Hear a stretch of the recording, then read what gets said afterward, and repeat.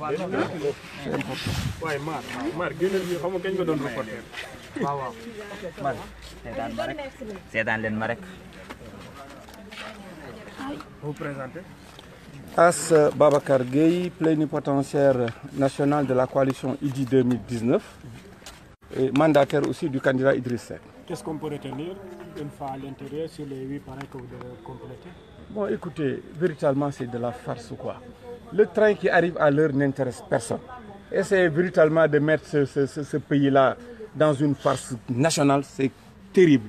Nous savions depuis le départ qu'on n'a aucune difficulté.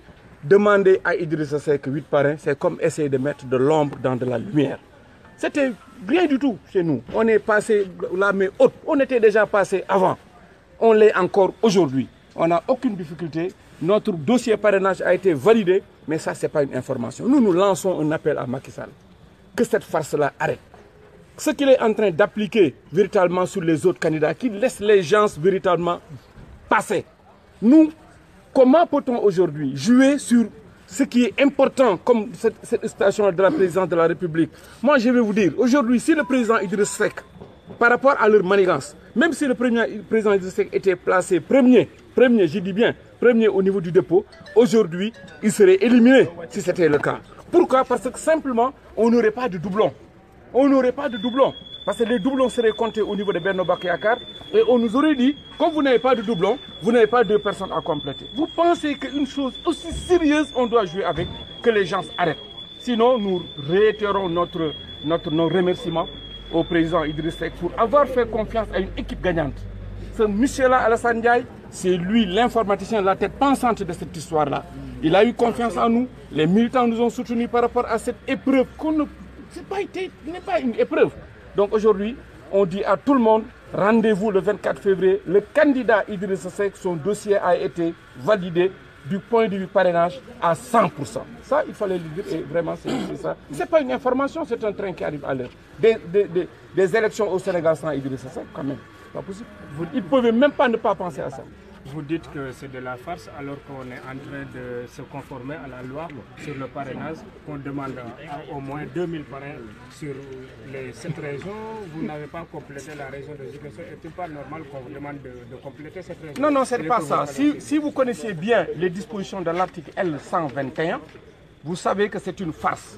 Parce qu'en vérité, les dossiers invalidés dont on parle ne figurent pas dans l'article. Dans l'article, ils ont été très subtils pour dire uniquement ce qui peut être régularisable, c'est uniquement les doublons.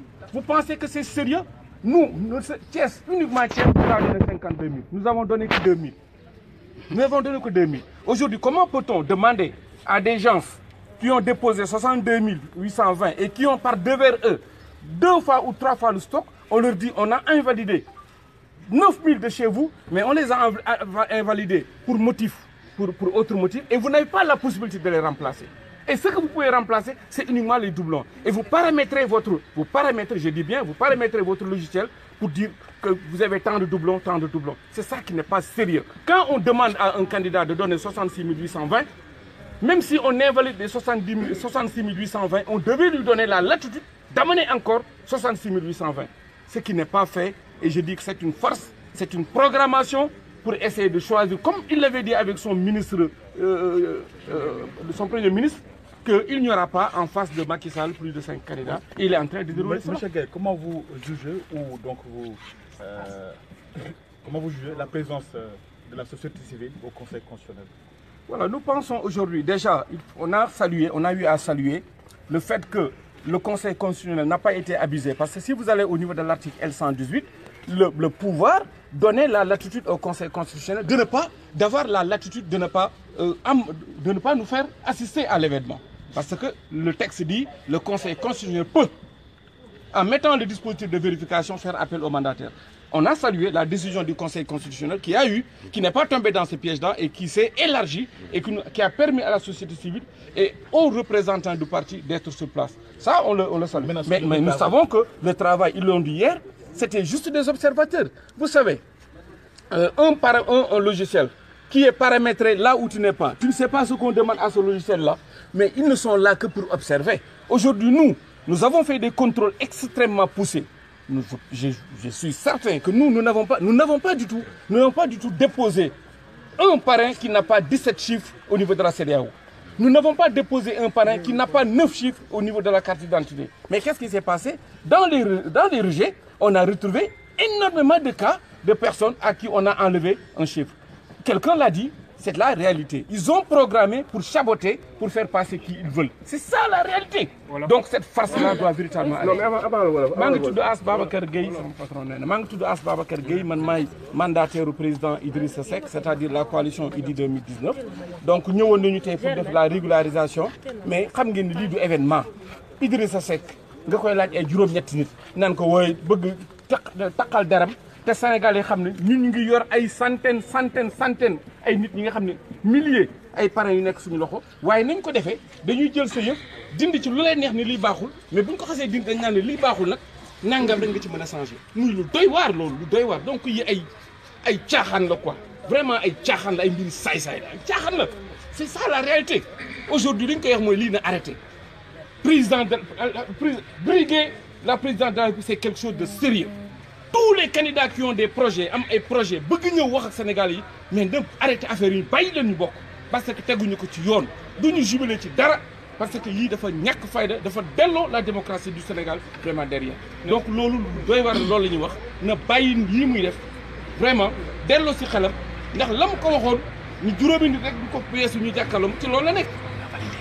Donc vraiment dafa doy waxee ne yëfu caaxaan la te ñuy conforme à la loi sur le parrainage di wax ne. Au moins cette région yi bu nekk di nga ci am 2000 Ziguinchor mataloo dem 2000 ñu ne la ngeen ko. waaw loolu dégg naa ñu ciy wax gis nga affaire bi du woon ay matal fii ku ci nekk sa stratégie la ñun au niveau de réew mi dañu appliqué woon une stratégie bu ñu tuddee woon stratégie dëkkandoo maanaam dëkkandoo mooy lan yëf yi du ay vote li ñu soxla mooy 66 820 ñu am lim bu néew bu ñu soxla woon jël ay stratégie jël fukki région dugal leen dafa am ay régions yi xam ne ñun délibérément ñoo fa demul lu mel ni Matam ñoo ci boolewul lu mel ni Matam lu mel ni Fatick pour éviter des doublons donc dossier bi ñu déposé na ko Sénégal yi xam fukki région ñu ngi ci woon yi nga xam ne bu ci nekk ëppaloon na 2000 lu sore on a déposé un dossier avec plus de 10 régions yeneen régions yi ñun ñoo ko def délibérément bàyyi ko à côté parce que du woon ay concours maa ngi ci régions yi ñun ku ne xam na sa morom ñun ko seqal xam nañu aujourd'hui réew mi moo gën a baax machine électorale ci Sénégal ñu ngi ko seqal ñëpp xam nañ ko tey jii la réew mi mu ngi présent dans les 552 communes du Sénégal dans les 45 départements dans les 48 pays de la diaspora moo tax ñun la ñu jëloon muy téeméeri junni nit dañ ko jël rek séddale ko ci suñu biir indi ko loolu dong la donc yëf yi du ay classement du leneen c'était des stratégies te suñu stratégie bi wane na ni baax na ndaxte bi ñu comparé ak Macky Sall mi nga xam ne topp nañu fu nekk pour ay doublons téeméeri doublon ak juróom-ñaar fukk ak juróom benn donc la ñu am foofu li ñu war a gën a appesantir pour wane ni suñu bu ñu jëloon 20e sax noonu lay def donc vraiment maa ngi leen di sant di leen gërëm merci. As Babacar waaw militants yi ñu ngi lay déglu waa réew mi ñu ngi lay déglu donc ñi laajte daal ñu ngi fii nii léegi yow ndax validé nga wala validé woo. waaw yow ñun lañ leen waxoon ca commencement ba validé nañu bu yàgg tey jii la gën a leer nag jox nañ ñu këyit pour wane ne ñun ñaari conditions yooyu ñu doon laaj maanaam am 53000 am 53000. ou plus am nañu 58000 régions yi aussi am nañu lu mat sëkk daal donc ñu ngi dalal xelu ñëpp xam nañu ni ñu ngi doon mais ñun ñu nekkoon ci biir mbir mi commencé ko ci président Idriss Seck mosu ñëw yëngal président Idriss Seck mosul jël téléphone am di ñu woo di ñu wax dara xam nañ ñi mu ko dénk muy man ak Alassane dañ ci def lu ñu mën te wax dëgg yàlla amu ci benn biir donc moom rek mooy président validé nañ ko leer na nañ président Idrissa Seck rek mooy ki nga xam ne déggu leen ko wax ci parrainage ca commencement ba ca fin parce que par rapport ak le leadership éclaté képp ku mu dénk mbir yaakaar na ni yaa ci mën ci Sénégal te loolu internet yaa ngi gisal sa bopp ñu ngi lay seetaan il y a plus de 206 personnes ñu lay seetaan en direct léegi loolu leen di wax waaw li ma leen di wax mooy lii du événement waay xamoon nañu ni ñun la preuve ñun dañoo enregistré balaa ñuy egsi fii xam nañ dañuy jàll donc véritablement ñu ngi leen di dalal seen xel xam ne nañu concentré wu nekk ci leneen préparer le grand séminaire qu'on va faire le 19 à Thiès ndax ñu ngi ci loolu depuis matinal donc kii moo nekk le maestro de informatique ki nga xam ne moom la ñuy wax Alassane Ndiaye bëgg waa réew mi yëpp ñu xamee ko kii mooy le génie informatique du parti réew mi moo tax ñu egsi fii tey ba valider suñu candidature donc Alassane looy wax les militants ñu ngi lay seetaan en direct. waaw génie c'est trop dur ci réew mi laa nekk ci laa mas a nekk mosuma ci génn bon c'est vrai que informaticien y en a beaucoup dans le réew mi ñun ñëpp le travail d'équipe la mais en fait ce qui est important c'est que nit ñi li ñu bëgg a dégg da ngeen leen koy wax ñun jàll nañu wax ju bari jàll nañu ñëpp nañ ni dañuy jàll. Grand Alassane jàll nañu. xam nga ñëpp xam na ni 66 820 suñu rejeté woon lépp laajaat ñu yeneen 66 820 ñu jox leen ko waaw xam ngeen ni donc le réew mi appareil la léegi appareil politique la bon réew mi tollootul ci affaire parrainage mënoon nañ sax bañ a bokk ci parrainage parce que nous suñu représentativité kenn du ko jaabayatle parti bu am ay maire am ay député dem 3 fois élection présidentielle 3 fois consécutive mais kooku loo koy laaj sax ay pare kooku amul benn sens donc ça a été une loi bon une loi quand elle s'applique c'est une contrainte loolu moo tax ñu bokk ci mais c'est pas une affaire de fierté d'être passé ou de ne pas être passé parce que le système de parrainage est injuste sur toute la ligne. Donc lay wax militants yi sa dernier mot discriminatoire ah. sa dernier mot ci militants yi.